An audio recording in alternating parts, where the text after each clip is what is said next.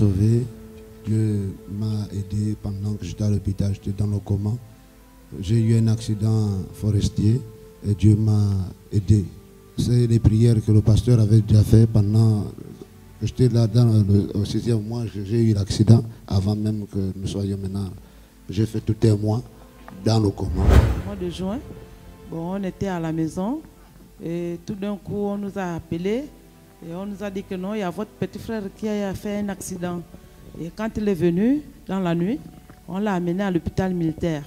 Et en l'amenant à l'hôpital militaire, l'enfant était dans le coma. Le prophète était venu au mois de juin et il nous a dit que non. Je vois un accident ici dans la salle, mais ses parents sont ici. Et la grande sœur aussi a soulevé la main. Et compte tenu qu'elle ne pouvait pas marcher, moi j'ai soulevé la main. Et quand je suis venu, il m'a appelé, il m'a dit que non, on va prier pour ton petit frère, puisque Dieu a déjà vu ton petit frère, donc on va prier. Il a demandé dans la salle s'il y avait quelqu'un qui avait le foulard, mais il n'y avait personne, hein, puisque tout était occupé. Et moi-même j'avais mon foulard, il a tiré mon foulard, il a dit je bénis ton foulard pour que tu vas aller frotter ça à ton petit frère sur le lit de l'hôpital. Dieu est en train de me montrer une personne qui n'est pas ici, mais qui venait de faire un accident grave.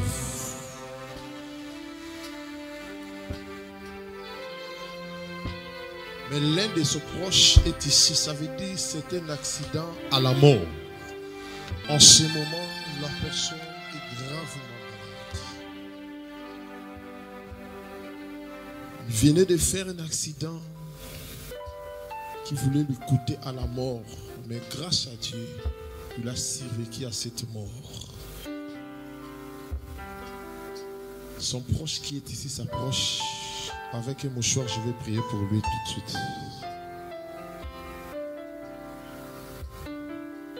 C'est toi, maman?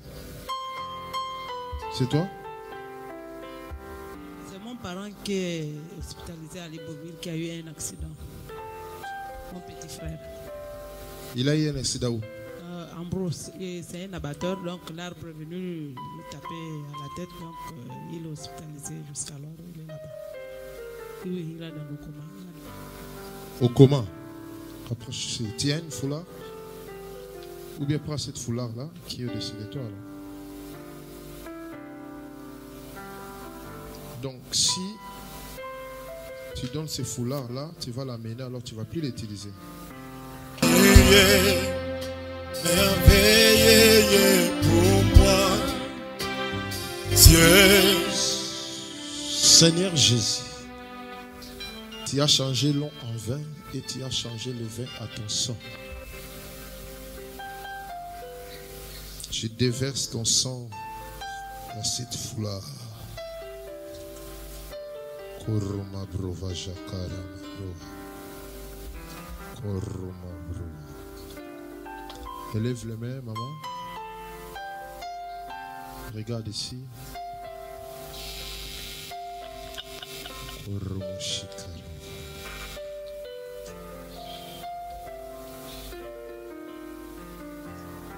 Il y a la puissance de Dieu dans cette foulard. C'est le sang de Jésus qui est transformé déjà, qui a affecté ce foulard. Ça sera un témoignage qui va bouleverser votre famille. Ça sera un témoignage qui va augmenter ta foi. Et tu amèneras cette personne-là qui est au coma ici. Après mon départ, il viendra témoigner. Acclamons pour le Seigneur.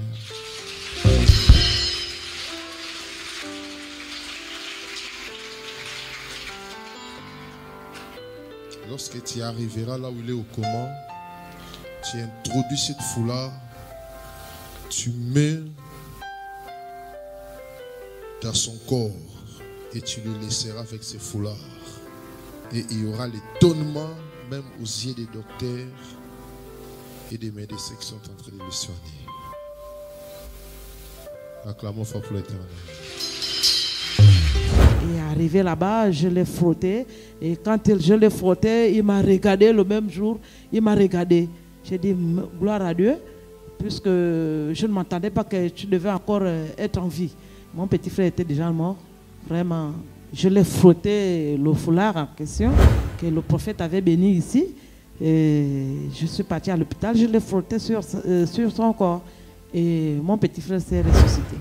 En réalité, j'étais dans le coma et ce sont des rêves que je faisais.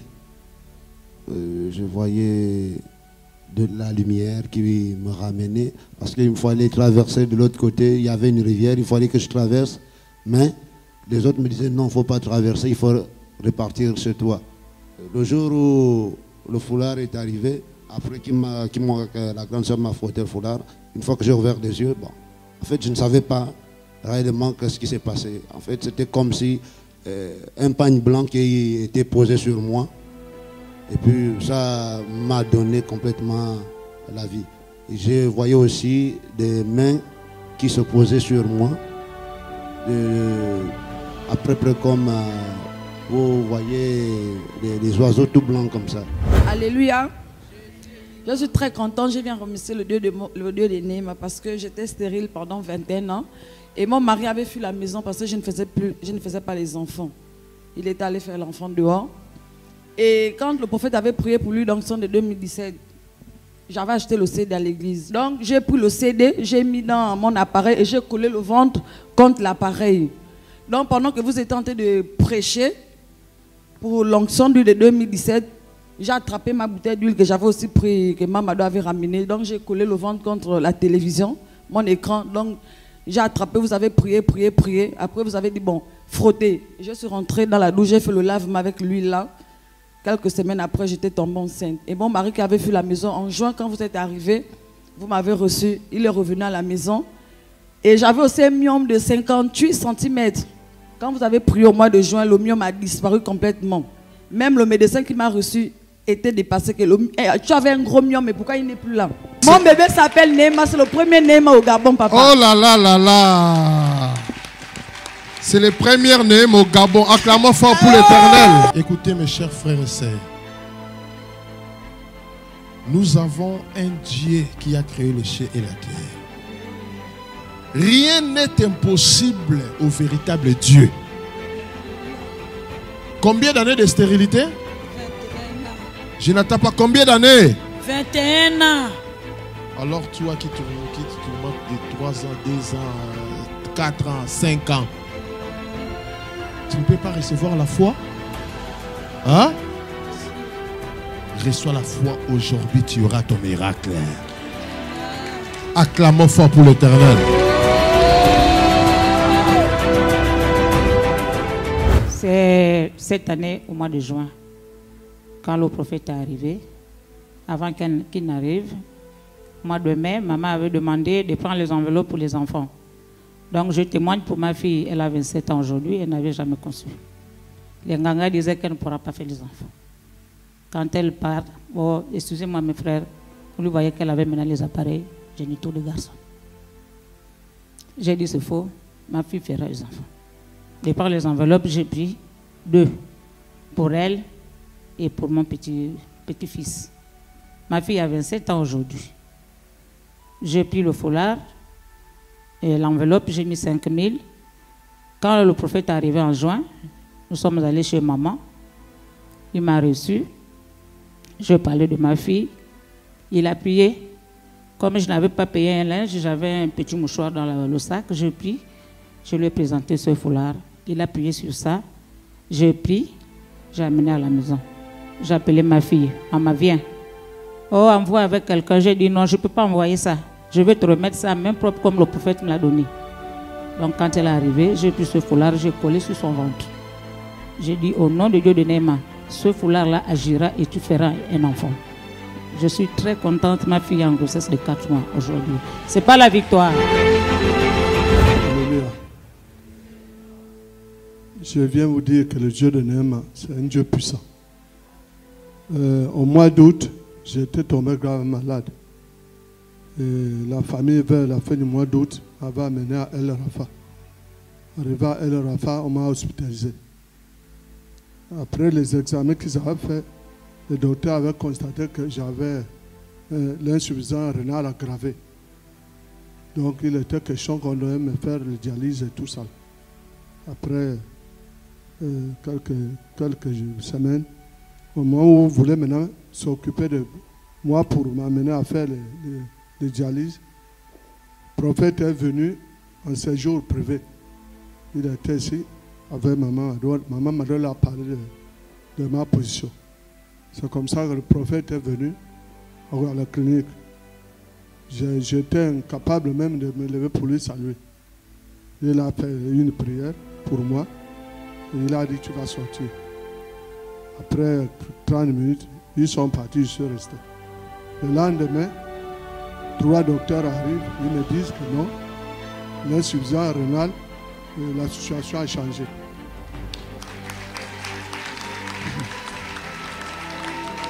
La situation a changé, ça, on ne peut plus me faire de dialyse, donc c'est fini, je dois sortir.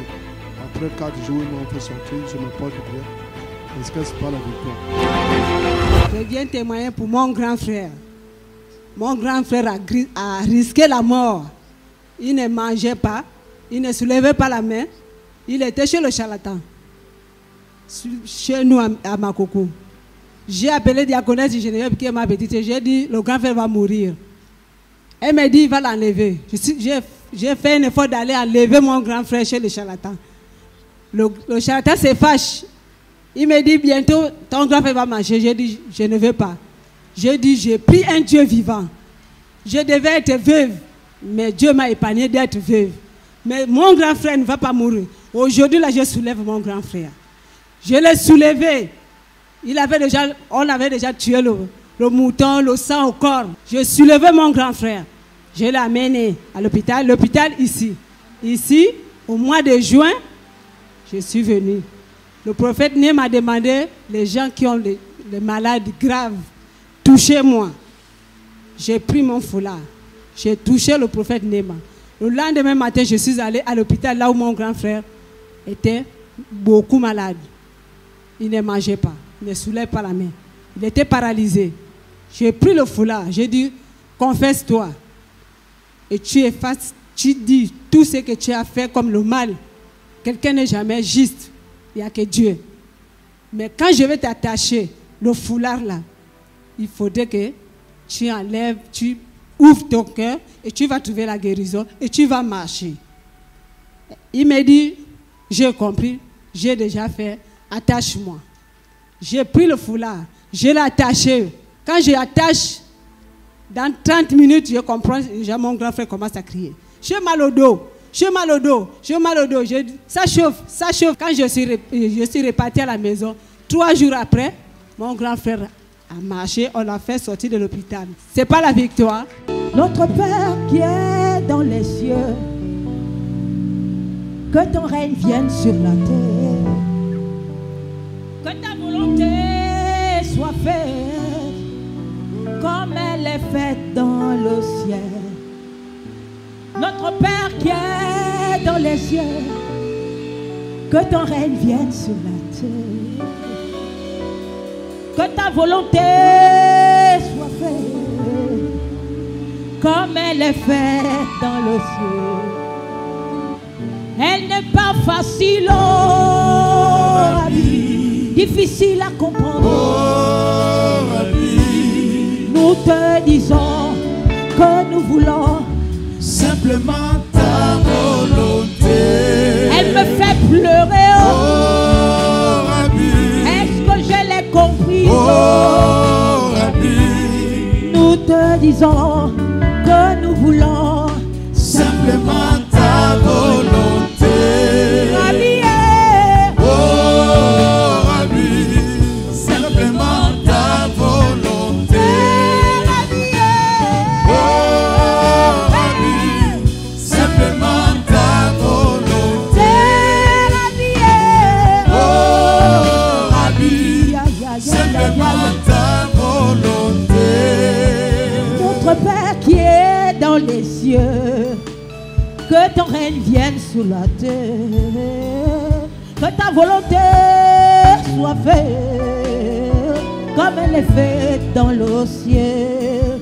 Notre Père qui est dans les cieux, que ton règne vienne sur la terre, que ta volonté soit fait comme elle est faite dans le ciel. Elle n'est pas facile, difficile à comprendre. Oh, nous te disons que nous voulons simplement ta volonté. Rabbi, Simplement ta volonté.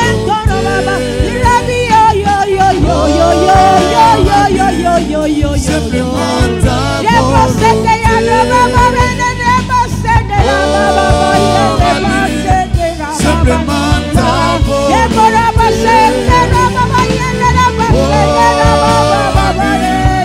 Simplement ta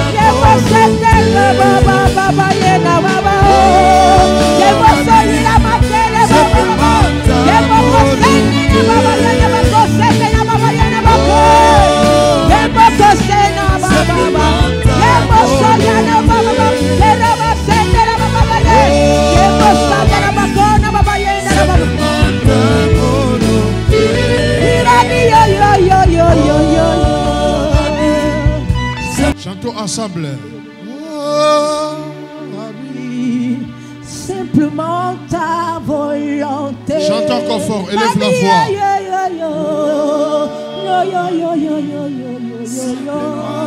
Encore fort, élevez les mains, élevez la voix. Simplement ta volonté. Notre Père qui est dans les cieux, que ton règne vienne sur la terre, que ta volonté soit faite comme elle est faite dans le ciel. Notre Père qui est dans les cieux, que ton règne vienne sur la terre, que ta volonté soit faite comme elle est faite dans le ciel. Elle n'est pas facile, difficile à comprendre. Nous te disons que nous voulons simplement ta volonté.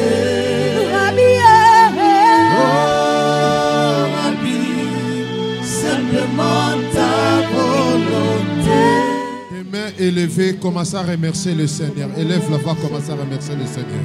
Tu es Alpha et l'Oméga, tu es incomparable. Tu es le Dieu puissant. Tu es admirable. Tu es conseiller. Tu es le lion de la tribu de Juda. Sois élevé, sois glorifié en ce lieu. Qui est comme toi, Seigneur? Élève la voix, remercie le Seigneur. Qui est comme toi, Seigneur? C'est toi, le Dieu d'Abraham, Isaac, Jacob, qui a séparé la mer Rouge, qui a fait sortir son peuple à travers une main puissante. Oh, Rabasakaraba. Yendorosoko. Marodeka. Irindoroa. Korababa. Kindora. Orado. Marodek. Marosaka. Maro. Marosaka. Maro. Yekebebe. Yandarababa. Yandarababa. Ozeki Baba.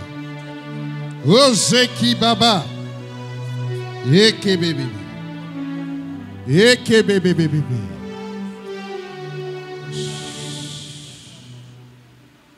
Disons 3 fois fort Amen.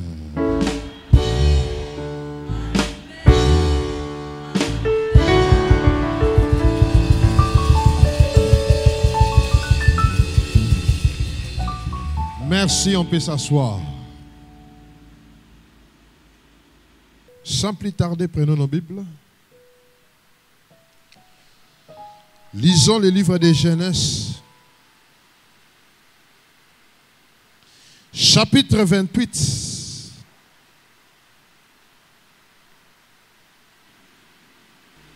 Verset 18. Genèse 28, verset 18. Jacob se leva de bon matin. Il prit la pierre dont il avait fait son oreiller, en fit un monument et versa de l'huile sur son sommet. Verset 19. Il appela cet endroit Bethel, mais la ville s'appelait auparavant Luz. Verset 20. Verset 18 à 19.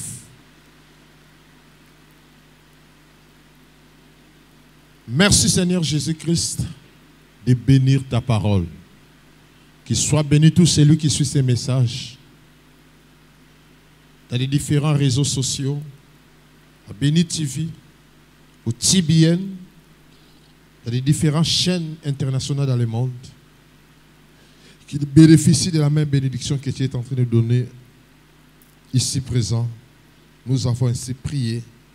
Ce n'est que les diables et son royaume qui ne peuvent pas bénéficier de cette bénédiction, et nous renvoyons toute leur puissance dans les lieux arides. Amen.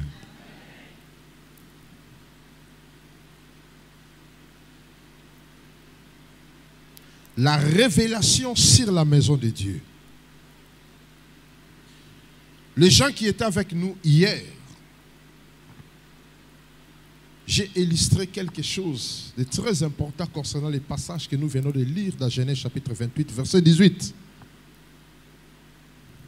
Pour ceux-là qui n'étaient pas là hier, je peux rappeler et entrer dans les profondeurs du message qui va déclencher toutes sortes de bénédictions que Dieu nous a réservées. Comme nous avons expliqué hier, le problème ici c'était la bénédiction de Jacob.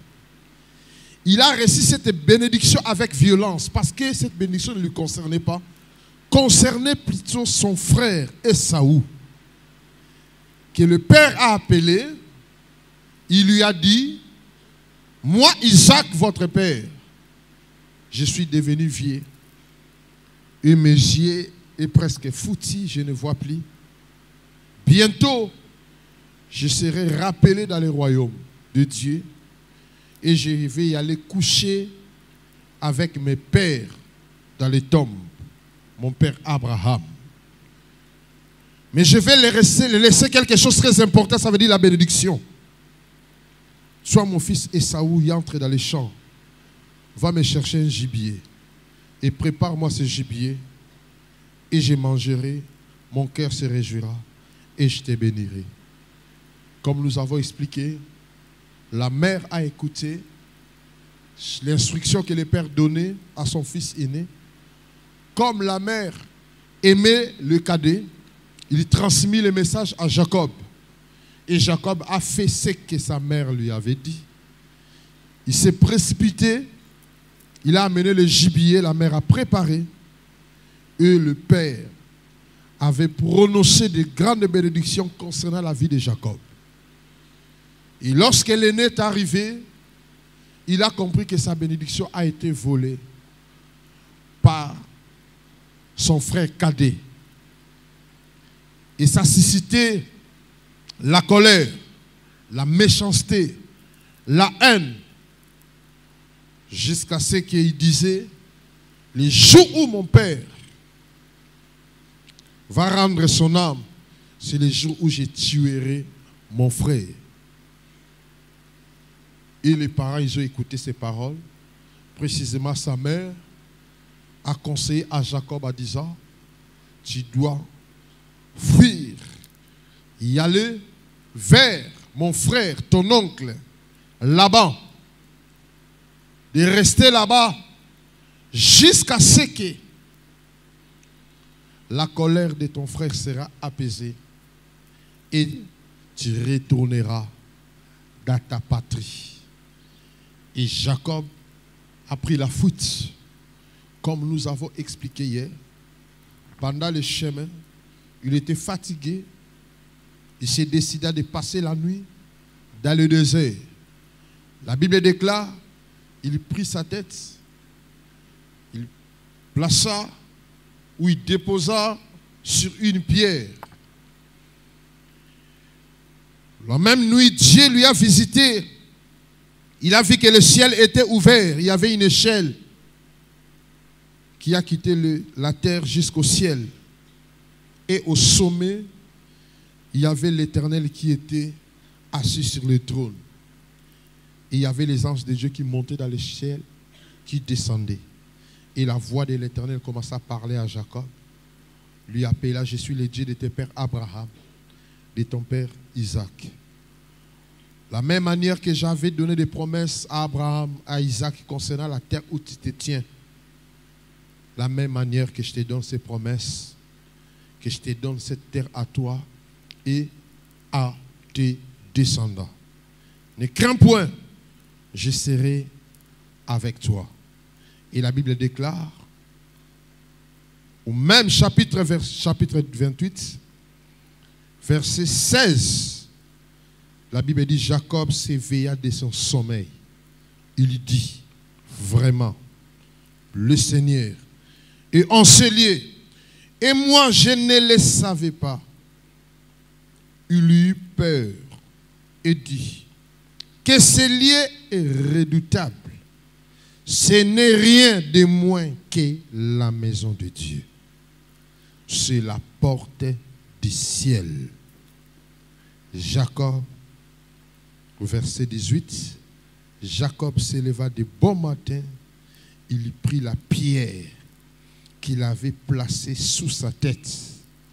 Il en fit une pierre levée. Répétez 3 fois, la pierre levée.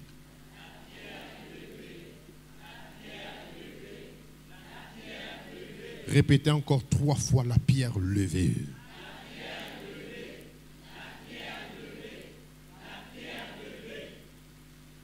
Jacob, lorsqu'il se réveilla dans son sommeil, il dit, je ne savais pas que ici est la demeure de Dieu, et la maison de Dieu, et la porte du ciel.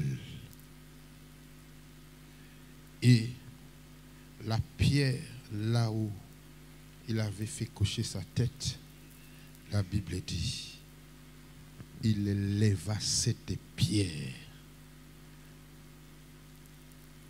et il les oignit au sommet de la pierre.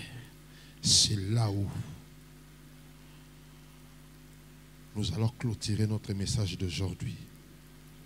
Et c'est ce qui va se passer dans la journée d'aujourd'hui. Ça veut dire, Dieu, il va oindre nos têtes. En oindra nos têtes, nos vies ne seront plus comme avant. Et ça nous aidera d'y entrer cette année avec une nouvelle gloire, avec une nouvelle percée, avec un nouvel miracle, avec une nouvelle autorité qui nous rendra capables d'écraser la tête de nos ennemis. Écoutez-moi, enfants de Dieu. Comme j'ai donné l'introduction hier en disant, aujourd'hui c'est un grand jour. C'est le jour où nous allons accomplir nos vœux que nous avons faits à Dieu concernant sa maison. Par rapport à la vision que Dieu a donnée à son prophète concernant sa maison ici au Gabon, précisément dans la ville de Libreville. Or, ça la révélation de sa maison. Ça la révélation approfondie. Ou ça la connaissance de ce que sa maison peut y apporter dans ta vie. Tu ne pourras jamais faire quelque chose concernant la maison de Dieu. Parce que la Bible déclare, Jacob, lorsqu'il quittait la maison de son père, il n'avait pas la connaissance de la maison de Dieu. Mais il a reçu la connaissance son esprit était délivré pour comprendre que c'est ici la maison de Dieu. Lorsque le Dieu de son père, il s'est révélé dans sa vie. Je n'attends pas ton amen. Hein? Parce que la Bible est claire. La Bible dit, il vit une échelle qui a quitté la terre jusqu'au ciel. Et au sommet, c'était Dieu lui-même qui était assis. Si le Dieu que nous prêchons, si le Dieu qui a fait l'alliance avec son prophète s'est jamais révélé dans ta vie, tu ne pourras jamais avoir la connaissance sur sa maison. Tu ne pourras jamais donner l'importance sur la maison de Dieu. Voilà pourquoi vous allez comprendre. Jésus-Christ a fait des miracles. Il a ressuscité des morts. Il a ouvert des yeux des aveugles. Il a fait marcher les paralytiques. Mais Jésus avait compris une chose. Malgré que ces gens, ils ont vu autant de miracles. Mais il y a une perdition qui continue à persister dans leur vie. Quelle est cette perdition? Je vais leur poser une question. Il leur posa la question. Qui suis-je? C'est là où toutes choses avaient changé. C'est vrai. J'ai guéri les malades au milieu de vous. J'ai ressuscité même Lazare après 4 jours. J'ai ouvert les yeux des aveugles comme des Bartimée, plusieurs aveugles. J'ai délié la langue des sourds-muets. J'ai délié les oreilles de ceux-là qui n'écoutaient pas. J'ai multiplié de pain. Mais maintenant, vous mes disciples, au moins plus de 2 fois, je vous ai même transmis ces mêmes pouvoirs, ces mêmes autorités pour exercer les mêmes miracles que je suis en train de faire. Et vous avez expérimenté. Mais aujourd'hui, je vous pose la question. Qui suis-je? Les choses étaient bouleversées. Nous avons écouté tant de miracles et nous avons laissé le temps. Ce n'est pas pour rien. Le Saint-Esprit m'avait dit, laissez le temps d'écouter les témoignages. Au moins 10 témoignages. Ça nous a fortifiés ici. Des témoignages forts et terribles. Surtout les témoignages de notre maman là, qu'elle a témoigné 21 ans de stérilité. Mais lorsque, au janvier 2017, j'ai prié pour l'huile, on a envoyé des CD. Elle est allée chercher les CD chez Mahamadou. Elle est retournée dans sa maison. Elle a mis les CD. Elle a regardé comment je faisais des déclarations. J'ai déclaré pour l'huile. Pendant que j'ai déclaré, elle s'est approchée de l'écran de la télévision. Elle a accroché sa ventre. Lorsqu'elle a accroché son ventre, elle a commencé à prier. Elle a commencé à recevoir la prière que je faisais. Et Dieu lui a visité. La stérilité est tombée. Aujourd'hui, après 21 ans de stérilité, elle nous a montré l'enfant. Et pas seulement la stérilité est tombée, mais les fibromes qui avaient pris place en elle étaient disparus. Et nous avons écouté les témoignages encore de notre maman. Elle est arrivée ce jour-là, le dernier voyage que j'avais fait. Elle marchait avec ces trucs-là, avec des roulettes là. Elle ne pouvait pas marcher. On était témoins ce jour-là. Comme elle a sauté, elle a laissé, elle a commencé à courir et marcher. Et tant de témoignages. Tout ça c'est bien. Mais ce qui est le plus important, qui est ce Dieu? C'est ça le problème. Les miracles, oui. On peut expérimenter, témoigner les miracles. Mais qui est ce Dieu? C'est ça la préoccupation de notre Dieu. Notre papa Yangari a témoigné. Il était moribond à l'hôpital le jour où je suis allé lui rendre visite. Mais je lui ai laissé la parole. Tu ne resteras pas ici. Comme je suis en train de sortir, toi aussi tu sortiras. Toute la maladie que les docteurs ont dit devait faire le dialyse le lendemain, les docteurs lui ont dit, tu n'as plus besoin de faire les dialyses, toutes les maladies disparues. Et après 4 jours, il est sorti de l'hôpital. Tout ça c'est bien, mais la question est là. Qui est ce Dieu? Jésus a posé la question, qui suis-je? Chaque jour, vous vous réjouissez de ce que je suis en train d'accomplir, mais qui suis-je? C'est là où la difficulté. La Bible dit, d'autres disciples lui ont dit, tu es Moïse. D'autres disent, non, ce n'est pas Moïse, il est Élie. D'autres disent, non, ce n'est pas Élie, il est l'un des anciens prophètes. D'autres disent, non, ce n'est pas l'un des anciens prophètes, il est Jean-Baptiste qui vient de ressusciter. Le ciel avait la douleur. Le ciel était affecté. Son père qui lui a envoyé sur la terre, il était affecté. En écoutant ce genre de réponses, comment expliquer, j'ai envoyé mon fils sur la terre, qu'il a accompli tant de miracles. Presque au moins 3 ans avec les disciples chaque jour. Après qu'il a terminé de prêcher, de faire les miracles la journée, il monte avec et il continue encore à les enseigner. Toute la nuit. Mais ils n'ont pas la révélation concernant mon fils. Et le père dit, si je laisse ce peuple dans l'ignorance, ça sera la mort. Et je dois envoyer mon esprit pour aider l'un d'eux. Ça veut dire Pierre. Voilà pourquoi nous avons eu le temps de recevoir la plénitude de l'esprit pendant au moins 1 heure du temps. Et Pierre prit la parole. Il dit à Jésus, tu es ni Moïse, tu es ni Élie, tu es ni l'un des anciens prophètes, et tu es ni Jean-Baptiste, mais tu es le Christ. Répétez 3 fois, Christ.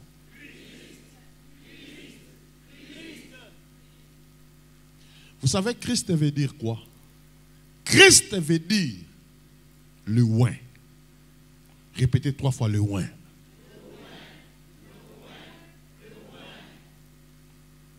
Le oint, ça veut dire, il a été oint avant que le ciel existe, avant que la terre existe. Il a été oint. Pendant encore le ciel n'existait pas, la terre n'existait pas. Mais il a été oint. Oh Rabakatiba Osaka. Voilà pourquoi Job, lorsqu'il était dans la souffrance, il a commencé à parler. Dieu lui a laissé parler. Après, Dieu s'est approché de Job. Vous allez comprendre que depuis que Job est entré dans les épreuves, je pense que Job est entré dans les épreuves dans le chapitre 1, chapitre 2. Et vous allez comprendre, depuis que Job est entré dans les épreuves, il a fait que multiplier ses paroles, maudire même les jours qu'il était né, maudire tous les temps, tous les bons moments qu'il passait sur la terre, tous les bons moments. Il maudissait tout dans sa vie. Et Dieu avait croisé les bras. Imaginez depuis le chapitre 1, chapitre 2, Dieu était silencieux. Jusqu'au chapitre 38, Dieu a dit, je t'ai laissé le temps. Depuis au moins chapitre 1, chapitre 2, jusqu'au chapitre 38. Maintenant, chapitre 38, c'est moi qui va te répondre. Et Dieu dit à Job, est-ce que tu peux serrer tes reins et tu peux te mettre debout pour que je te réponde? Première question que je peux te poser. Lorsque j'ai créé le ciel et la terre, où étais-tu, Job? Lorsque j'ai placé les limites, j'ai mesuré cette terre par un cordon. Où est-ce qu'étais-tu, Job? Réponds-moi, Job. Tu vois le ciel seulement. Mais sur quoi ce ciel est là et suspendu? Connais-tu Job? Et ce que j'aime par rapport à toutes les questions que Dieu avait posées à Job. Il dit à Job, le ciel et la terre que tu vois, est-ce que connais-tu sur quelle base que cette terre est fondée? Ça veut dire, la première pierre, lorsque j'ai créé cette terre, que j'avais posée pour que ça aide la terre d'être solide. Connais-tu cette pierre-là? Cette première pierre que j'ai utilisée pour soutenir la terre, pour soutenir le ciel et la terre que j'ai créée. Connais-tu cette pierre-là? Si tu es intelligent, réponds-moi. Voilà pourquoi la Bible déclare, Pierre a dit, tu es ni Élie, tu es ni l'un des anciens prophètes, tu es ni Jean-Baptiste, mais tu es le Christ. Répétez 3 fois Christ. Avant de continuer, nous allons lire un passage. Parce qu'aujourd'hui, je vous dis, enfants de Dieu, même vous qui êtes venus pour la première fois, vous allez comprendre que Christ existe. Et vous allez comprendre que ce Christ-là, il continue à oindre ses vrais serviteurs que lui-même, il a choisis. Il les a mandatés. Il les a donné la mission pour son peuple. Je n'attends pas ton amen. Je n'attends pas ton amen. Lisons le livre de 1 Pierre pour comprendre ce que je suis entré. Mabrovoza kabahaya. Rikotokomaya. Korobababa. Écoutez, si tu ne comprends pas ces choses, il y a beaucoup de gens qui sont là, qui attendent seulement quand est-ce que le prophète va commencer à me laver les pieds. Écoutez, on peut te laver les pieds sans comprendre. Sans comprendre le Dieu là qui agit dans la vie du prophète. On te lavera le pied. Mais après quelques temps, ces saletés-là que Dieu a enlevées dans ta vie, tu les feras retourner encore dans ta vie. Voilà pourquoi tu dois connaître l'identité approfondie de ce Dieu-là qui va t'enlever les saletés-là tout à l'heure. Je n'attends pas ton amen. Je n'attends pas ton amen. Lisez-moi le livre de 1 Pierre. Chapitre 1, verset 18 à 20. Et soulignez le verset 20.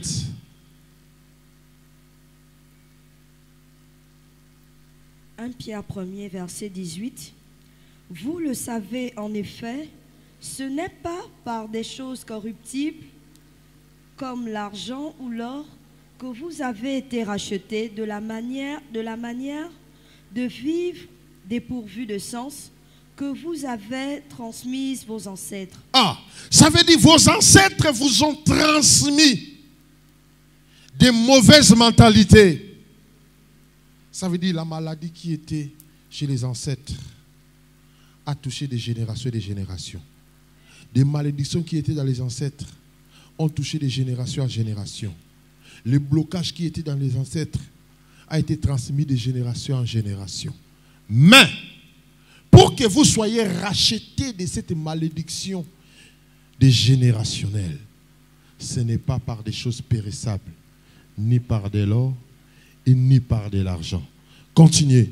Verset 19.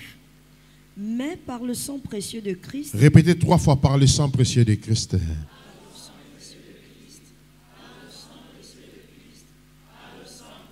Je n'attends pas fort.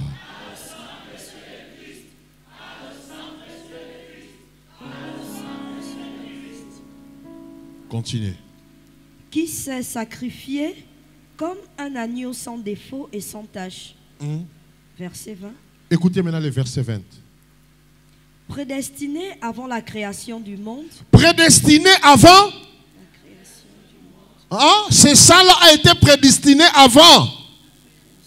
Je n'attends pas. C'est ça là avait été prédestiné avant. Ça veut dire avant que le ciel existe, avant que la terre existe, le sang de Jésus a été déjà prédestiné.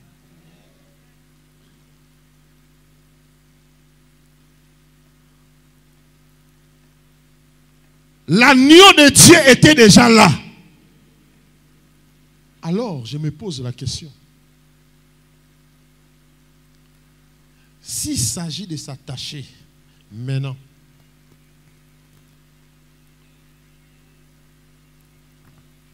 je dois m'attacher à ce qui était avant ou à ce qui est venu après? Hein? Hein? L'or est venu avant ou après? Hein? L'argent est venu avant ou après? Le ciel est venu avant ou après? La terre est venue avant ou après? La richesse du monde est venue avant ou après? Si je comprends cela, je dois m'attacher au sang là de l'agneau qui était avant la fondation du monde. Voilà pourquoi ce sang là, on ne peut pas la comparer avec la valeur de l'or et de l'argent. Voilà pourquoi la Bible dit, ce n'est pas par des choses périssables que vous avez été rachetés de la vaine manière, des mauvaises habitudes que vous avez héritées de vos ancêtres.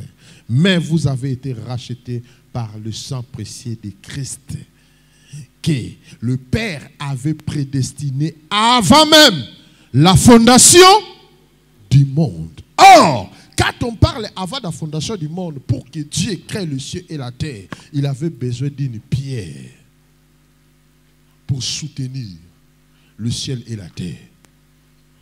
La première pierre, cette première pierre-là qu'il a posé la question à Job.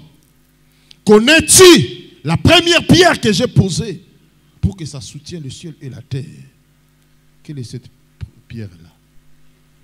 Quelle est cette pierre-là? Je n'attends pas. Quelle est cette pierre-là? Quelle est cette pierre-là? C'est lui l'agneau de Dieu. C'est lui l'agneau immolé. Il était avant la fondation du monde.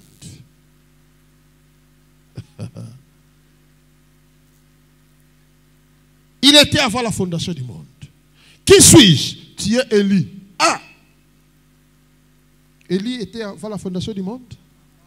Ça veut dire vous réduisez ce Dieu-là. Il est Moïse. Moïse, il était avant la fondation du monde. Ça veut dire vous réduisez ce Dieu-là. Oh, il est l'un des anciens prophètes. Le ciel était triste. Comment? C'est lui qui a produit les miracles, mais on ne connaît pas son identité en profondeur. Et Dieu a envoyé son esprit qui a touché Pierre, a délivré son esprit. Pierre dit, tu es ni Élie, ni Moïse, ni l'un des anciens prophètes, mais tu es le Christ. Tu es le oint. Tu es la première pierre qui a soutenu le ciel et la terre. Tu es l'agneau immolé, le sang qui a été préparé avant la fondation du monde.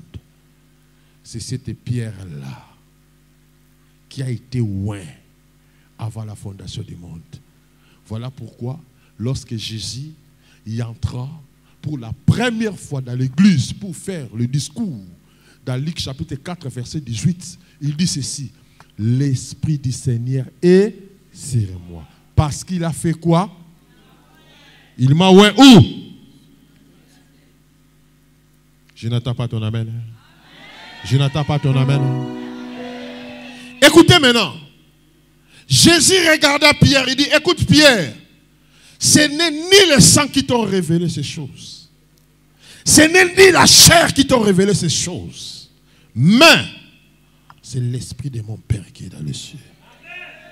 Qui t'ont révélé ces secrets, ces mystères. Voilà pourquoi tu es Pierre. Mais à partir d'aujourd'hui, on t'appellera Pierre. Tu deviendras une roque. Tu deviendras la pierre dure. Et sur cette pierre-là, moi, Jésus, je bâtirai mon église où le porte des morts et des séjours des morts ne pourra jamais renverser ce que moi, Dieu, je vais bâtir. La pierre qu'on place, la première pierre qu'on place, nous voyons des différentes cérémonies. Nous voyons lorsque nous construisons des maisons. Je pense qu'on peut prendre les pierres dans les carrières, mais lorsque la pierre y arrive à l'endroit du chantier là où on va construire, on va bien arranger la pierre pour lui donner une meilleure position, pour que lorsque d'autres pierres viendront s'ajouter, ait une bonne position. Lorsque d'autres pierres viendront s'ajouter, pour que d'autres pierres là forment une meilleure position, pour que la maison soit solide. Or, Pierre, il n'était pas encore solide lorsqu'il n'avait pas encore reçu la révélation de celui qui était en face de lui. Mais lorsqu'il a reçu la révélation, il dit, tu n'es pas seulement Jésus que nous appelons Jésus, mais derrière Jésus, il y a un mystère. Tu es le Christ, tu es le oint, tu es la pierre là qui était au commencement. Tu es l'agneau là qui était au commencement. Et Jésus dit, écoute-moi Pierre, à partir d'aujourd'hui, on t'appelle Pierre, mais moi je te dis, tu deviens le roc. Ça veut dire, tu ne deviens plus n'importe quelle pierre. Ça veut dire, on te servira pour bâtir quelque chose. La pierre là qui était couchée, la pierre là qui n'avait pas la forme, cette pierre là je le prendrai pour l'utiliser pour commencer un travail sur cette terre. Cette pierre là je vais prendre pour l'élever, pour le positionner. Voilà pourquoi sur cette pierre, moi je bâtirai ma maison. Je n'attends pas ton amen. Je n'attends pas ton amen. Je te déclare à 2018, Dieu va bâtir quelque chose de nouveau. Oh, je n'attends pas. Je dis Dieu va bâtir quelque chose de nouveau. Dieu, il veut élever la vie d'une personne. Mon Dieu veut positionner la vie d'une personne. Oh, je n'attends pas ton amen.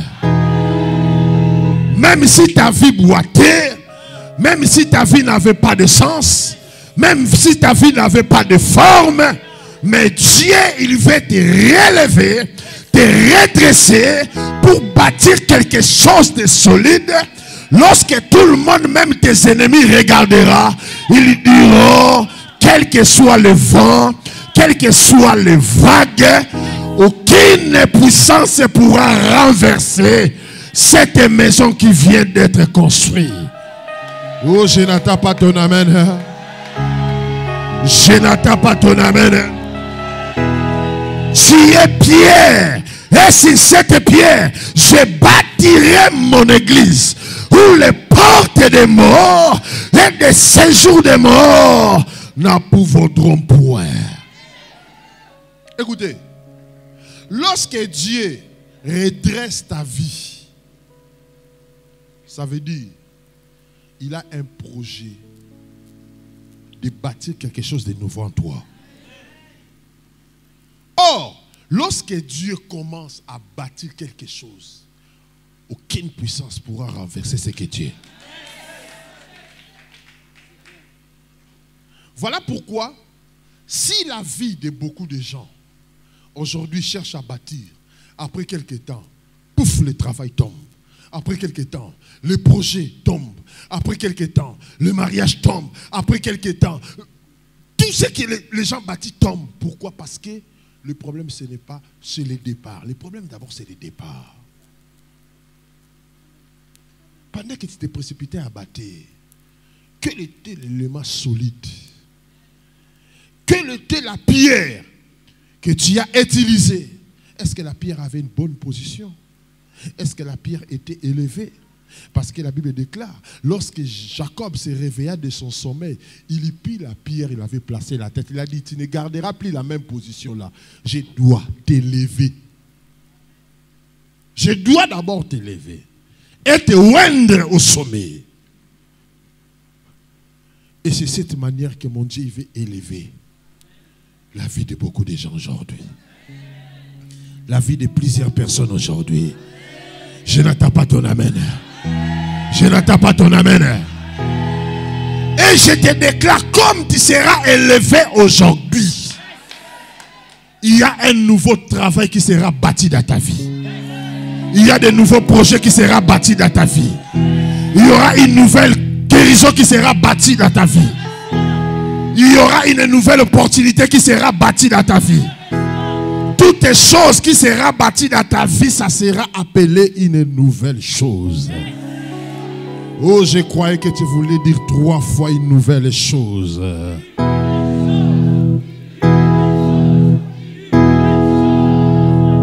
Mon Dieu, aujourd'hui, il va bâtir des choses nouvelles dans la vie de ses enfants, où ça va créer des troubles en face de vos ennemis.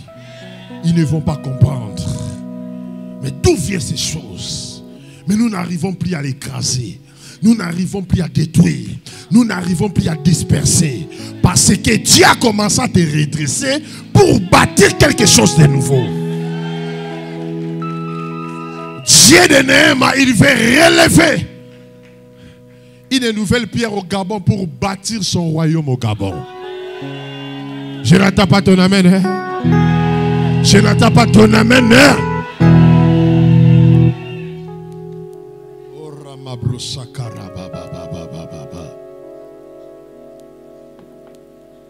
Pierre,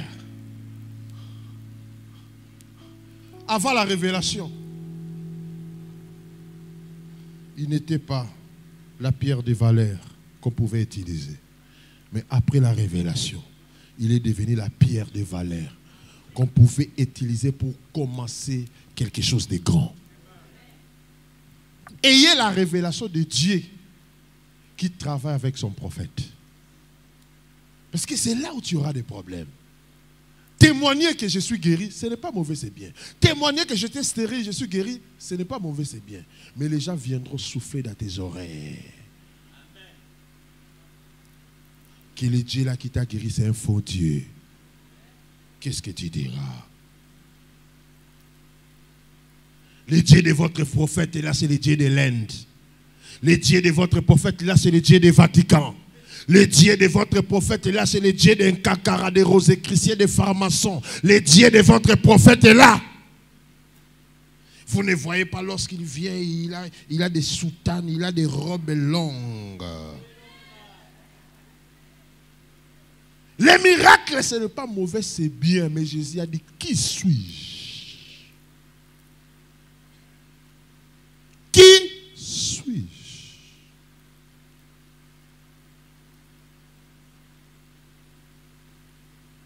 Mais tu leur diras, le Dieu qui travaille avec mon Père, c'est le Christ. C'est le oint. C'est lui, l'agneau de Dieu qui était avant la fondation du monde.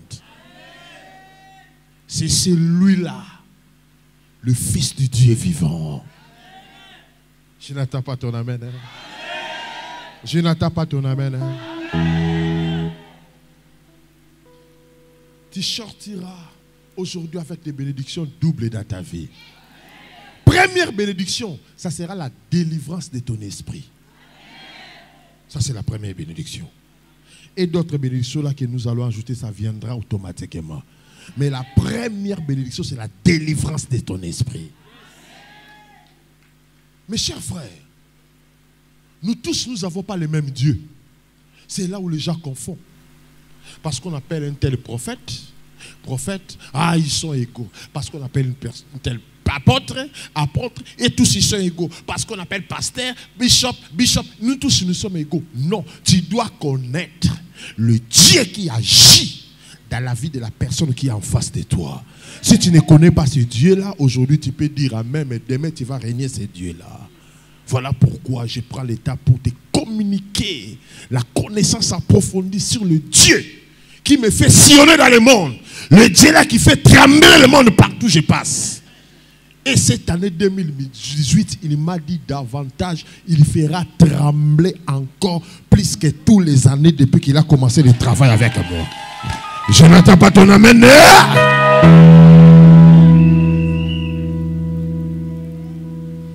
Maintenant, le problème c'est quoi? Jacob a dit, je prends cette pierre, je l'élève. Pourquoi je dois l'élever? Parce que ici, à partir de cette pierre, sera construite la maison de Dieu. Comme ça sera construite la maison de Dieu, j'ai le oint. Écoutez maintenant.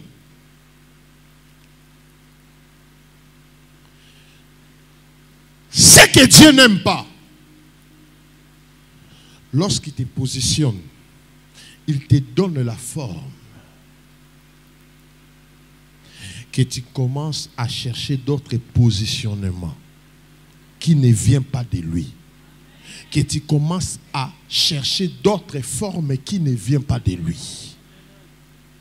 Parce que, comme il t'a positionné, lui-même, il connaît la manière où il va bâtir cet édifice. Comment il va placer de pierre au-dessus d'une autre pierre. C'est ça le problème. Lisez un peu, vous allez comprendre là où le Saint-Esprit est en train de vous amener.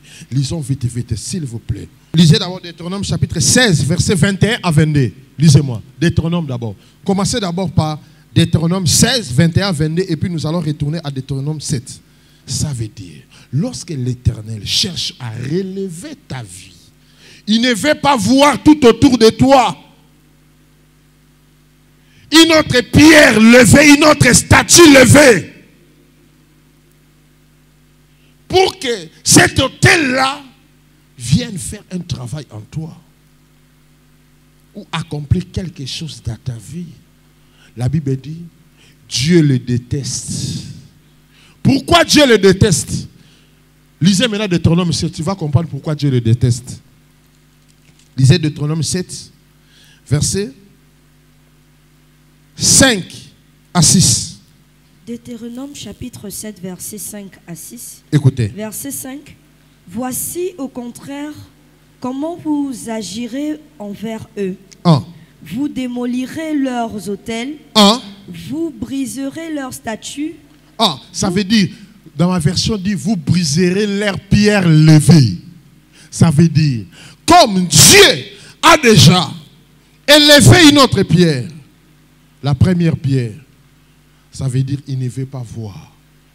Dans chaque pays qui vous donnera, si vous commencez là, au début, vous allez comprendre, Dieu dit, à chaque pays que je vous ferai entrer, je vous donnerai grâce. À chaque terre que je vous donnerai grâce. Chaque personne sur la terre, Dieu lui a donné une terre. Moi, Dieu m'a donné la terre du Congo. Toi, Dieu t'a donné la terre du Gabon. L'autre, Dieu lui a donné la terre du Cameroun. L'autre, Dieu lui a donné la terre de Côte d'Ivoire. L'autre, Dieu lui a donné la terre des États-Unis. L'autre, Dieu lui a donné la terre de la France. L'autre, Dieu lui a donné la terre de Belgique. L'autre, Dieu lui a donné la terre de Nigeria. Ça veut dire, toute la terre que Dieu te fera y entrer, tu dois faire attention. Tu dois surveiller.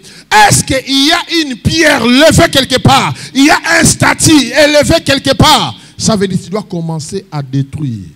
Vous livrerez aux flammes leur structure sacrée. Il y a beaucoup de structures sacrées dans des familles de chacun de nous ici. Il y a beaucoup de structures sacrées. Ça, c'est notre coutume sacrée, on ne peut pas les toucher. Depuis nos ancêtres, nous avons tant respecté ce genre de choses parce que c'est tellement sacré. Mais au même moment, tu t'approches de Dieu pour que Dieu relève ta vie. Pour que Dieu te relève. Mais lorsque tu retournes, tu as encore les sacrés de ta famille qui te lient. Tu as encore les sacrés de tes ancêtres qui te lient. Il y a beaucoup. Même de ceux-là qu'on appelle enfants de Dieu jusqu'à aujourd'hui, ils sont des chefs coutumiers dans leur village. Mais ils sont avec nous ici, normal. Ils sont avec nous, ils cherchent que Dieu redresse leur vie. Relève leur vie.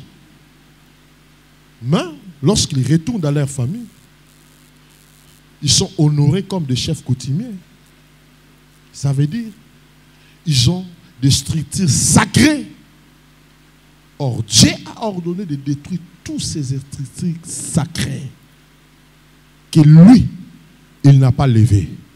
Je n'entends pas ton amen. Hein? Je n'entends pas ton amen. Hein?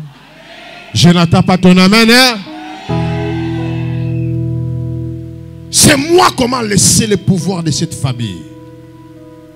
Ce sont des choses sacrées de notre famille.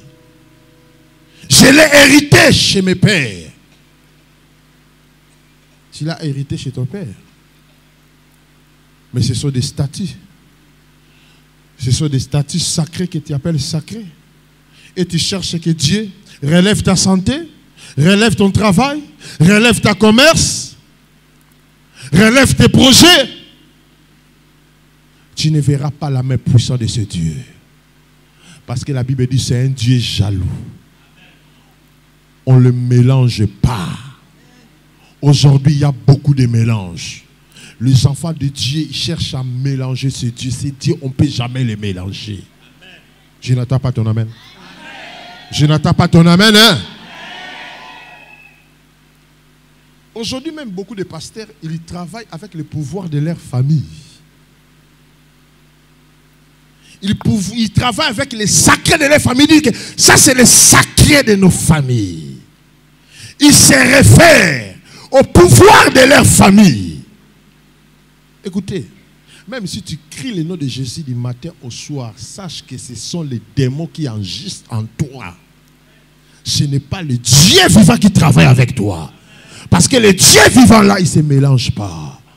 Parce que lui, lorsqu'il te dresse, t'élève, il ne veut pas voir à côté une autre pierre élevée, une autre statue élevée que tu considéreras comme sacrée. Je n'attends pas ton amen. Hein? Je n'attends pas ton amen. Hein?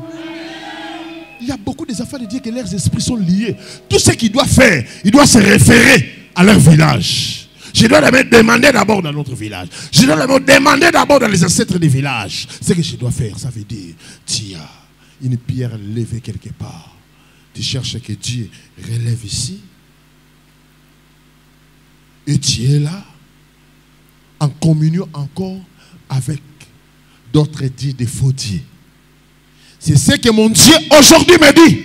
Il va commencer à détruire tous ces gens-là qui sont toujours liés par le système de leur famille, par les choses sacrées de leur famille.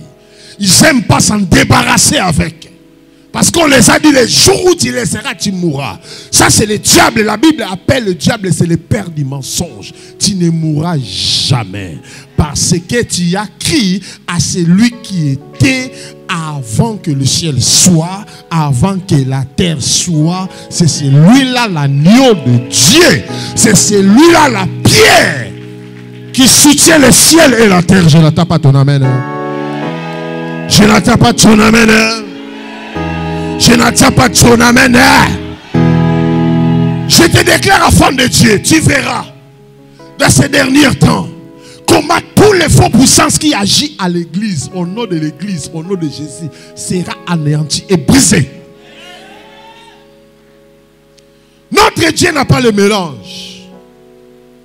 et on ne l'aide pas, c'est lui qui aide. On ne peut pas aider Dieu. Il est le véritable Dieu. Voilà pourquoi il agit comme il lui pleut. Il peut agir à la présence de son prophète. Il peut aussi agir à l'absence de son prophète. Notre maman, elle a fait 21 ans de stérilité. Est-ce que son prophète était là pour lui bousculer? Non. Parce qu'il est Dieu, personne ne peut l'aider. S'il choisit une personne, il fait l'alliance avec une personne. Il dit, je vais montrer au monde entier que moi, Dieu de cieux, j'ai fait l'alliance avec toi. Que tu sois là ou que tu ne sois pas là, ma puissance va agir. Voilà pourquoi la maman a eu la foi. Elle s'est accrochée à la télévision, son ventre. Et Dieu lui a donné l'enfant. C'est ça le Dieu de la Bible. On ne peut pas l'aider. On ne peut pas les forcer à faire quelque chose. Voilà pourquoi Élie avait dit au prophète de Baal, si Baal est Dieu, nous allons le savoir. Si aussi le Dieu d'Élie est Dieu, on va le savoir aujourd'hui. Je n'attends pas ton amen. Je n'attends pas ton amen. Répétez à moi. Verset 5. Voici au contraire comment vous agirez envers eux. Vous démolirez leurs autels, vous briserez leurs statues, vous abattrez leurs poteaux sacrés et vous livrerez aux flammes leurs sculptures sacrées. Livrez aux flammes aujourd'hui tout ce que tu considères comme des choses sacrées de ta famille, tu dois les livrer au feu. Voilà pourquoi nous avons commencé la prière de 1 heure du temps, c'est la prière du feu du Saint-Esprit. Pour brûler toute puissance négative qui agit dans votre vie. Je n'attends pas ton amen. Hein? Je n'attends pas ton amen. Hein? Tu cherches Dieu à redresser ta santé, mais quand tu retournes là-bas, tu demandes qu'on t'amène, je ne sais pas, les histoires des bois de vos villages là. Apportez-moi un peu là, de bois là. Apportez-moi un peu de feuilles là qui viennent des villages. Hein? Tu cherches ce côté, Dieu te redresser. Au même moment, tu cherches encore, élever encore une autre pierre à côté. Tu ne verras jamais la main de ce Dieu. Parce que ce Dieu, on ne le mélange pas. Dieu parle aux gens, ils sont là. Et aujourd'hui, ils seront délivrés. Je n'attends pas ton amen. Je n'attends pas ton amen. Je ne comprends pas ces pays Gabon. Je ne comprends pas. Les gens, ils croient qu'on mélange Dieu. On ne mélange jamais Dieu. Dieu ne peut jamais être mélangé. Tu ne peux jamais mélanger Dieu. Les gens sont à l'aise. Ils sont à l'église. Et ils sont attachés aux coutumes de leur village. Tu dois comprendre. Dieu veut te voir saint dans l'année 2018. Si tu étais sale dans l'année 2017, il veut te voir saint dans l'année 2018. Parce que il veut faire des grandes choses avec toi. Mais il ne peut pas accomplir ces choses avec la saleté là qui t'enveloppe. Avec la saleté des cigarettes. Avec la saleté des boissons enivrantes. Avec la saleté de prendre des femmes d'autrui. Avec la saleté de voler les maris d'autrui.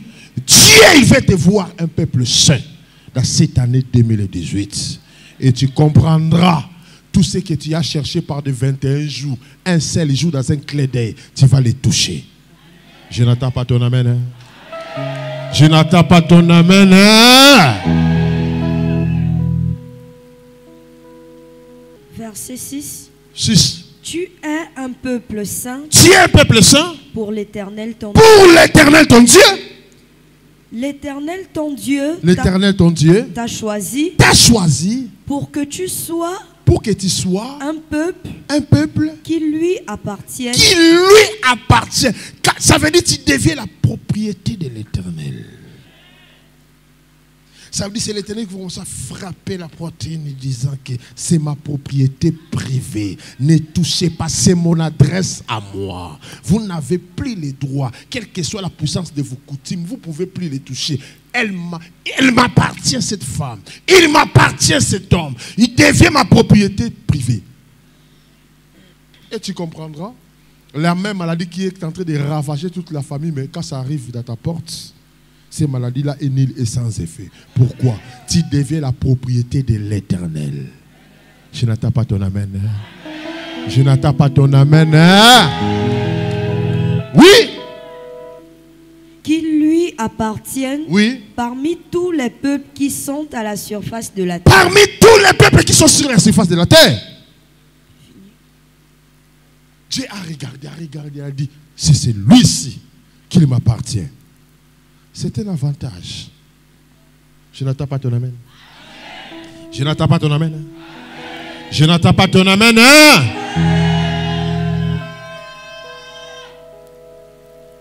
1 Roi, chapitre 18, verset 30 à 32. Lisez. 1 Roi 18, 30 à 32. La voix. Écoutez. 1 Roi 18, verset 30 à 32. Oh.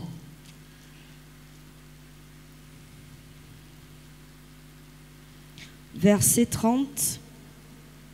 Élie dit alors à tout le peuple, approchez-vous de moi. Tout le peuple s'approcha de lui. Élie repara l'autel de l'Éternel qui avait été démoli. Verset 31. Il prit 12 pierres d'après le nombre des tribus issues des fils de Jacob. L'homme auquel l'Éternel avait dit, tu t'appelleras Israël. Verset 32. Avec ces pierres. Avec quoi? Ces pierres. Avec quoi? Il construit. Attends, avec ces pierres, parce que ces pierres-là, Dieu lui-même avait mis le cachet des 12 tribus d'Israël. Qui avait donné à Jacob le nom d'Israël? C'est Satan? C'est qui?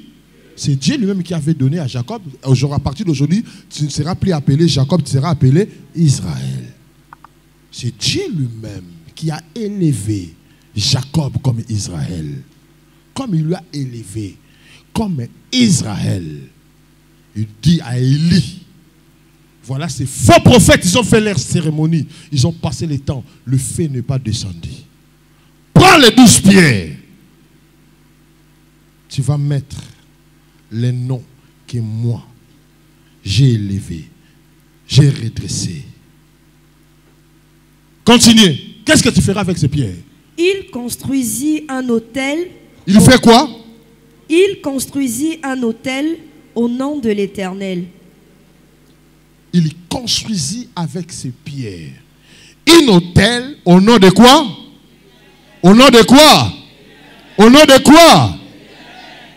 Tu es une pierre. Je suis une pierre.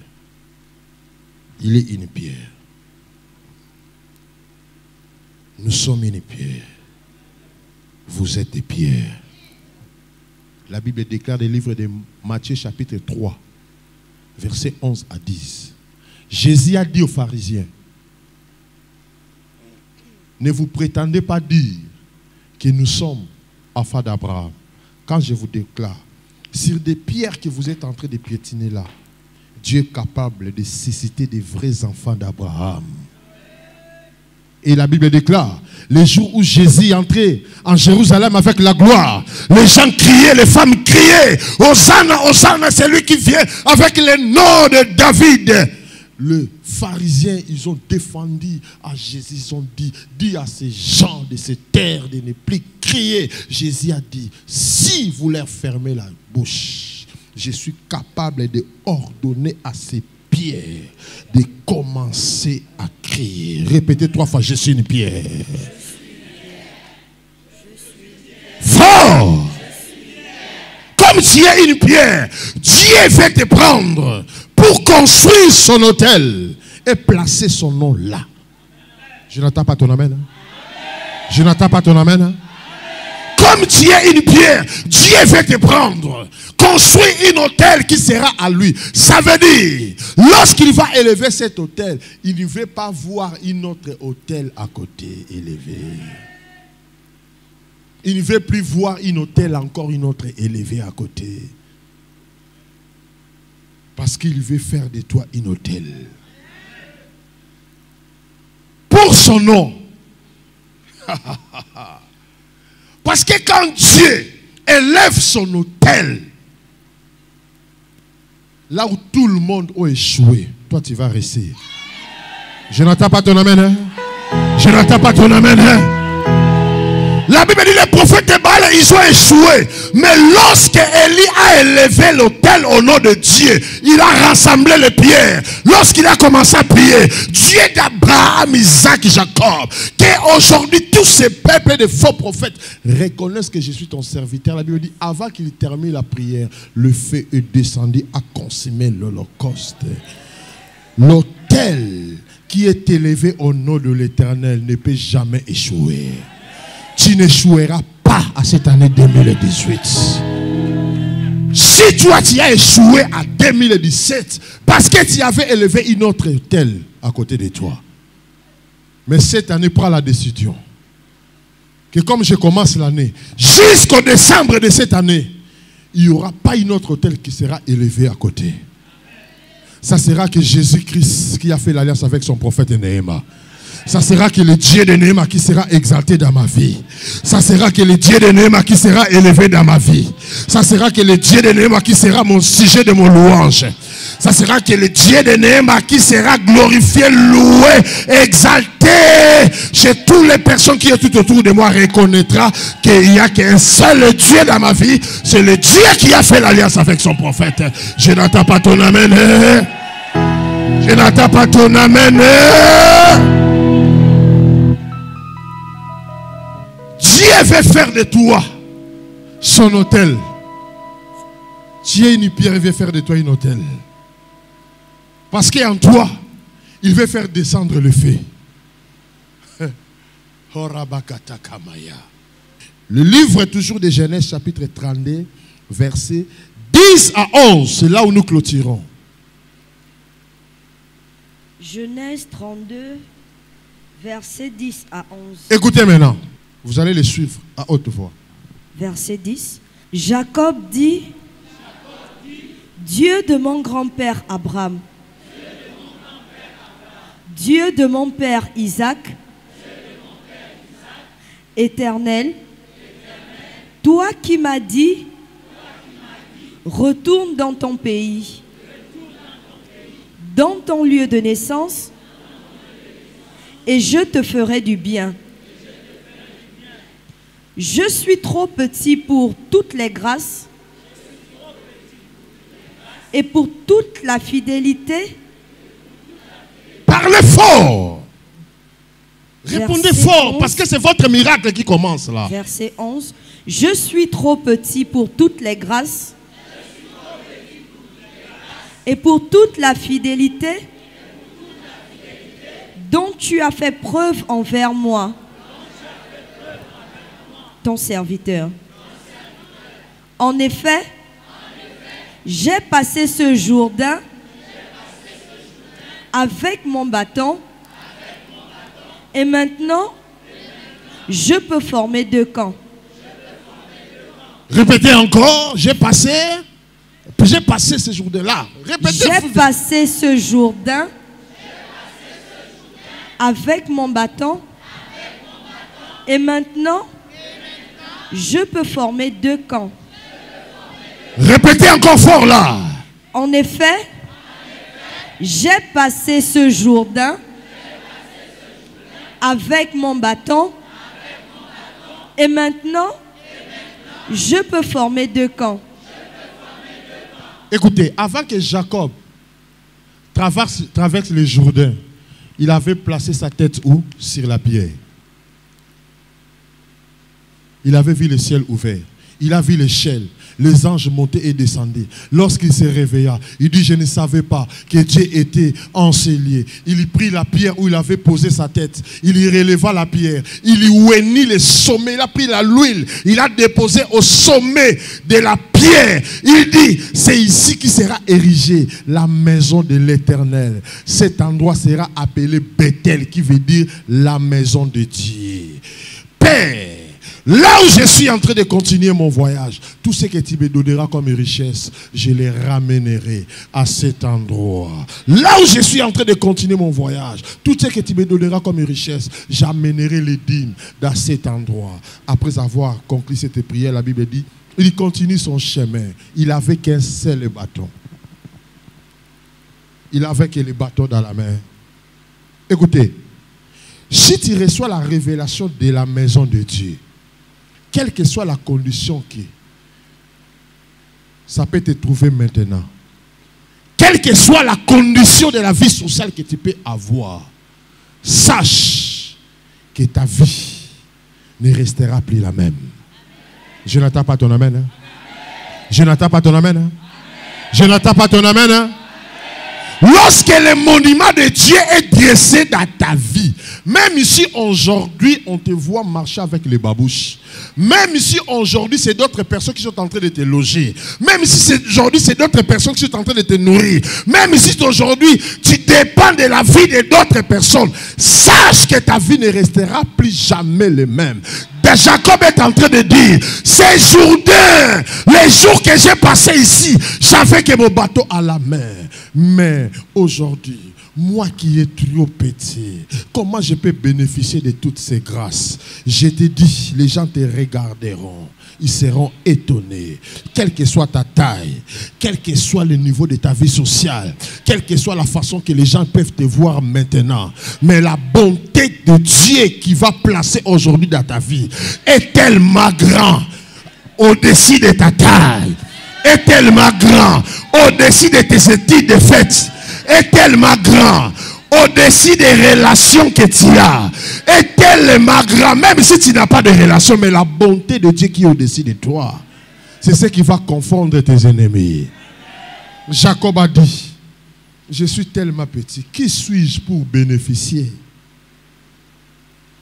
Parce qu'il y a beaucoup de gens qui aiment regarder d'autres personnes en disant, non, ce genre de travail, moi je ne peux pas y en faire.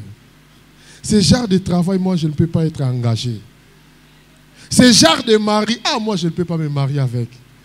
Ce genre, ah non, ça c'est réservé à une catégorie de personnes. Parce que Dieu n'a pas encore élevé l'autel dans ta vie. Si Dieu élève l'autel dans ta vie, tu vas commencer à regarder. Quand tu te regardes toi, et tu regardes la grandeur des choses qui arrivent dans ta vie, tu vas commencer à te poser la question. C'est la même personne là qui commence à habiter dans cette maison. C'est la même personne-là qui a maintenant ce travail. C'est la même personne-là qui a ses maris ici. C'est la même personne-là qui commence aussi à loger d'autres personnes.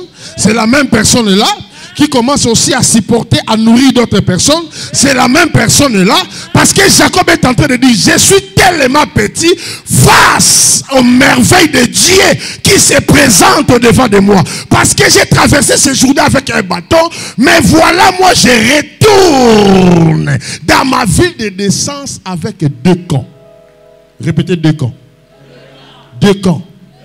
Il retourne avec 2 camps de richesse. C'est ce qui va se passer à l'année 2018 avec toi. Toi qui comprends ces choses, reçois cette faveur. Toi qui comprends ces choses, reçois cette grandeur. Toi qui comprends ces choses, reçois cette grâce. Toi qui comprends ces choses, reçois cette miracle. N'ayez pas peur. Jacob dit, lorsque j'ai traversé le Jourdain, j'avais seulement un bâton. Je ne sais pas dans quelles conditions que tu étais en train de traverser l'année 2017 à 2018. Mais je te déclare, avant décembre 2018, il y aura 2 camps au devant de toi. Il y aura 2 camps dans ton chemin. Il y aura 2 camps qui seront à droite et à gauche. Il y aura 2 camps de richesse au devant de toi. Oh, je croyais qu'il y a une femme qui comprend ces choses. Je croyais qu'il y a un homme qui comprend ces choses. Je te déclare, ne regarde pas la condition que tu es en train de traverser cette année nouvelle. Mais ce que tu dois t'attacher ou regarder, c'est l'autel que Dieu est en train de construire aujourd'hui en toi. La parole que je te prêche là, c'est l'autel que Dieu est en train de construire en toi. C'est la parole qui te transforme, qui te rend une nouvelle personne. Lorsqu'on te regardera, on dira non.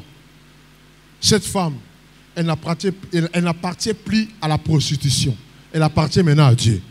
Elle n'appartient plus aux boissons enivrantes. Elle appartient maintenant à Dieu. Cet homme, il n'appartient plus à l'ivrognerie. Il appartient maintenant à Dieu. Ça veut dire, il est choisi parmi autant d'autres personnes qui vivent sur la terre. Dieu lui a mis à l'écart. Je n'entends pas ton amen. Hein? Je n'entends pas ton amen. Hein? Ça, c'est la prophétie. N'ayez pas peur. L'année 2017 à 2018, c'est comme un journée au devant de toi. Quelle que soit la chose que tu as dans ta main pour traverser cette année, je te déclare, en tant que prophète de l'Éternel, aujourd'hui, il y a une nouvelle hôtel que mon Dieu est en train de construire. Il y a un nouveau pierre que Dieu est en train de placer dans ta vie. Comme un nouveau départ de la construction de grandes choses, de la construction des mariages, de la construction des grands projets, de la construction des entreprises, de la construction des sociétés, de la construction de la vie de tes enfants, de la construction de ta santé, de la construction de ta victoire, de la construction de ta grandeur. Oh, je n'attends pas ton amen.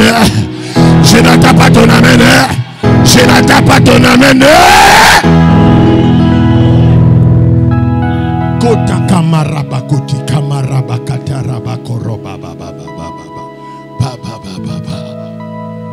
Reçois la révélation de la maison de Dieu. Quand il y a la révélation de la maison de Dieu, tout change en toi. Tout change. Jacob n'avait pas encore rien, mais il avait la révélation de la maison de Dieu. Il dit ici sera érigée la maison de Dieu. J'apporterai toute ma richesse dans cette maison. Qu'on ne te dit pas que non, on est en train de t'escroquer, on est en train de te voler. Tu n'es pas la première personne. Jacob a vécu avant toi. Il n'avait encore rien. Mais comme il avait compris que Dieu a dressé déjà une hôtel dans sa vie, il dit, ici sera érigée ta maison. Tout ce que tu me donneras là-bas, je ramènerai les dîmes ici. Ça veut dire, l'acte que tu es en train de faire aujourd'hui, de t'engager ou d'honorer tes vœux, ça veut dire c'est un nouveau départ qui commence aujourd'hui. Mais comme aujourd'hui tu as reçu la révélation de la maison de Dieu, le paix que cette femme avait, elle s'est décidée que ça va construire la maison de Dieu. Je te dis à partir d'aujourd'hui, il y a des camps que Dieu a placés dans tes chemins. Tu verras la gloire. La gloire de mon Dieu. Toi qui es là, élève ta main droite. Toute personne élève la main droite là où tu es assis. Répétez, Dieu d'Abraham, Dieu d'Isaac, Dieu de Jacob, Jésus-Christ de Nazareth. Tu as fait l'alliance avec ton prophète Néhéman. Tu es le Dieu de Néhéman. Tu as oint ton prophète pour me libérer. Père, aie pitié de moi. Tu as construit une hôtel dans ma vie. Je suis devenu une hôtel pour toi. Tu as placé ton nom dans ma vie pour que je t'appartienne à toi seul. Pour que je t'appartienne à toi seul. Tous les hôtels qui étaient construits à côté de ma vie, ça soit brisé aujourd'hui. Ça soit consumé par les faits aujourd'hui. Je prends la décision de garder le seul hôtel qui est ma vie. L'hôtel que tu as construit. Tous les faux hôtels de nos coutumes, des sorcelleries, des mensonges, du vol, ça soit consumé aujourd'hui par le feu du Saint-Esprit. Mets-toi debout, Maintenant, tu vas faire la prière d'autorité pendant 5 minutes. Ça veut dire, tu te connais là où tu es. Tu connais quel est l'hôtel qui est construit à côté de toi. Tu te connais. Ce n'est pas la personne qui est à côté de toi qui connaît. Toi-même, tu connais quel est l'hôtel qui est construit à côté de toi. Tu cherches Dieu te relever, mais à côté, tu construis ta vie avec les maris d'autrui. Or, Dieu, il connaît. Il veut que tu expérimentes sa gloire entre toi et lui. Même toi, tu dis, malgré que j'ai dit ça ne suffit pas, je dois construire ma vie avec les maris d'autrui. Ça, c'est construire l'hôtel du diable à côté. Prends la décision de briser tous ces hôtels-là. Ça veut dire cette prière d'autorité, tu vas renoncer avec force, briser avec force tous les mauvais hôtels que le diable construit à côté de toi. Qui peut empêcher que tu vois la main puissante de Dieu. Élève la voix, commence à détruire tous ces hôtels. Alléluia!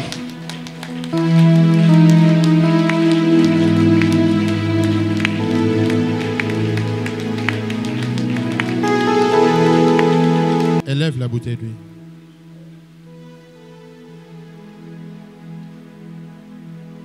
Mon limo, mon santou, Kamba. Mon limo, santou, Kamba, Kango. Nami, kakatano, oyoe, kuranga. Iziba na yona bamo, kama unanga. Melima yo mo santu, akamba kango. Nami kakatano, ukobe kanga. Ibu.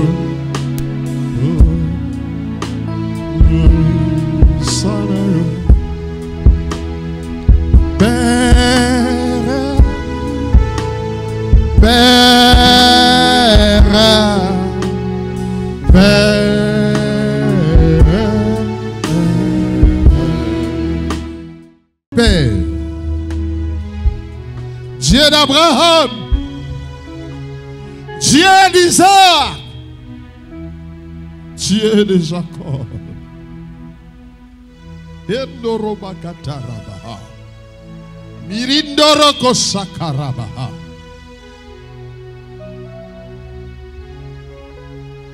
Tu t'es révélé dans la vie de Jacob. Il a reconnu que c'est ici la maison de Dieu.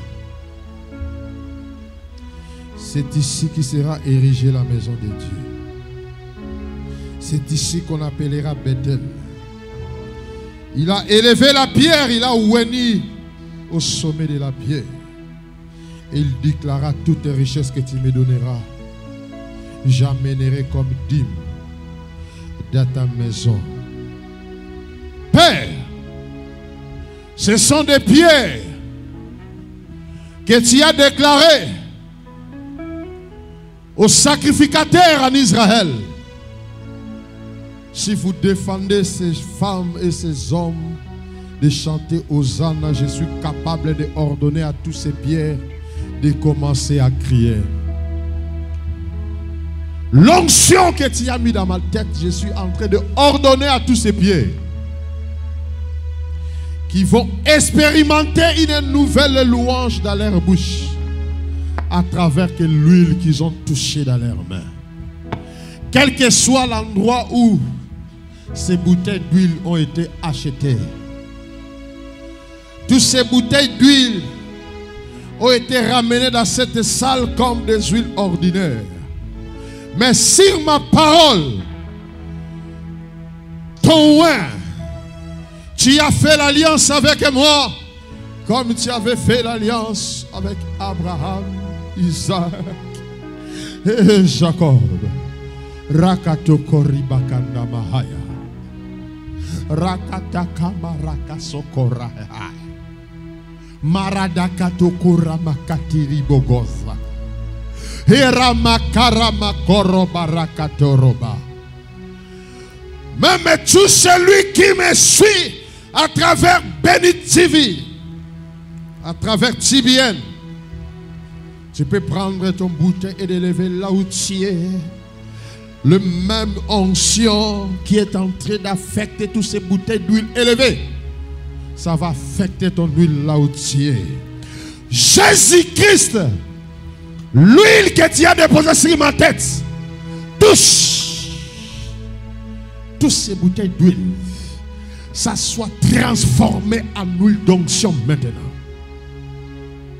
Que ça ne soit plus de l'huile ordinaire achetée dans des marchés ou dans des boutiques, mais maintenant je déclare par la parole que tu as mis dans ma bouche, car tu as créé le ciel et la terre par ta parole.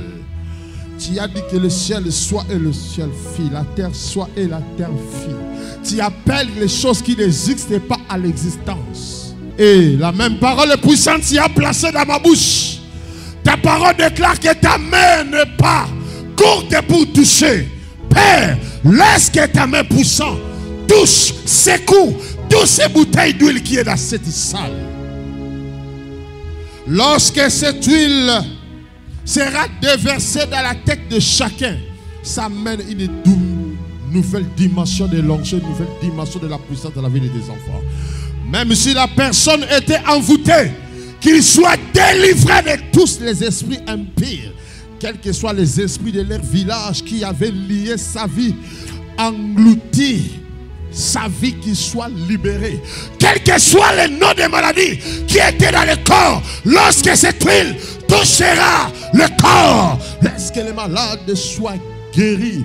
Quel que soit le nom des maladies qui étaient déclarées incurables par des mains de médecins, même si c'est lui que ses yeux étaient foutus par l'aveuglement, lorsqu'il appliquera l'huile, lorsque ses yeux voient, même celui qui était lié par les démons de sourd-muet ou de surdité, lorsqu'il soit libéré, quel que soit le virus qui était caché dans le sang, dans le corps, lorsque cette huile touchera le corps,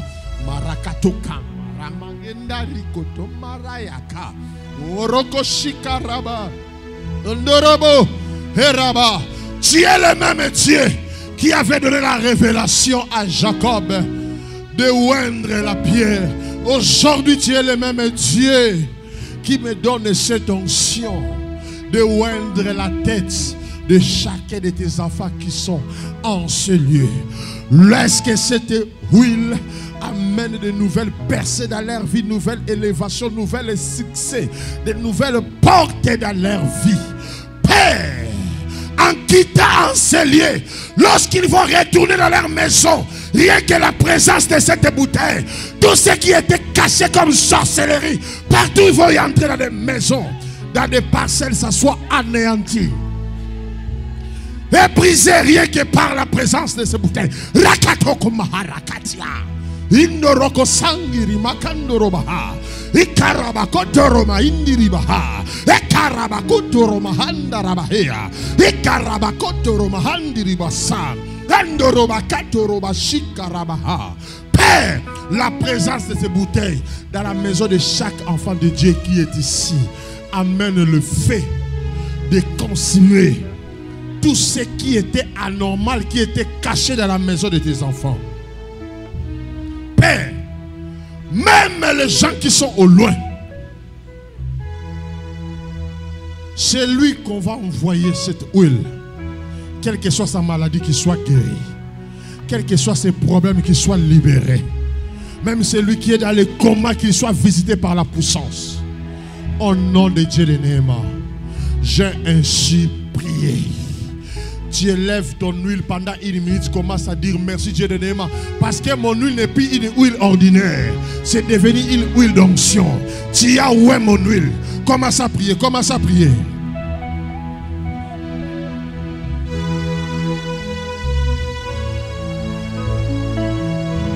Eta, Raka, Indorosa, Maraka.